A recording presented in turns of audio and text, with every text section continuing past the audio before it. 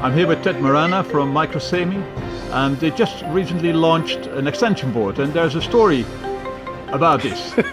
Yes, there certainly is. So our Mi-V Hi-5 extension board, which attached to the board from Sci-5, a great story of collaboration. So when we arrived here, we had Doom running on this Linux platform, and that was this demo that we were going to show. But you know, our engineers, Sci-5 engineers, the Debian development, Fedora, the various community, we got several engineers together in a hotel room the previous night, and they actually worked to port an IP for machine learning. So we actually had an IP running on our PolarFire FPGA, and it communicated to a standard PC to draw boxes around people and do the graphics. And what we were able to do was convert all of that to Linux on the RISC-V processor. It was one of those, you know, everybody contributed. It was really a power of collaboration, and we were really excited to demo that here at the conference. That is a great example. Yeah. So that is where these conferences are for. Exactly. It just shows the power of open source, the power of collaboration, and that's all about RISC-V. It's going to significantly accelerate the amount of Linux development that's going to happen on RISC-V processors. That's really the key of the hardware expansion board that we released. Okay.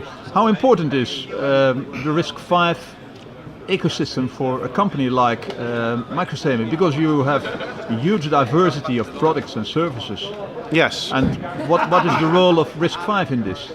So Microsemi is a platinum member of the RISC-V organization. We see the processor technology as being really a key to our company. Our business unit is the Programmable Solutions business unit, and for us, customers that we sell to in industrial, defense, communications, they need products to work for a long time, and they really like the fact that the instruction set is frozen, and that allows them to develop software and they can use it forever. It will just keep running.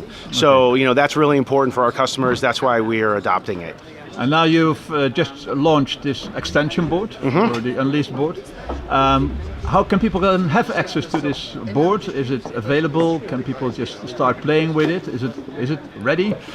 So great question. And so the board is available. It's on Crowd Supply.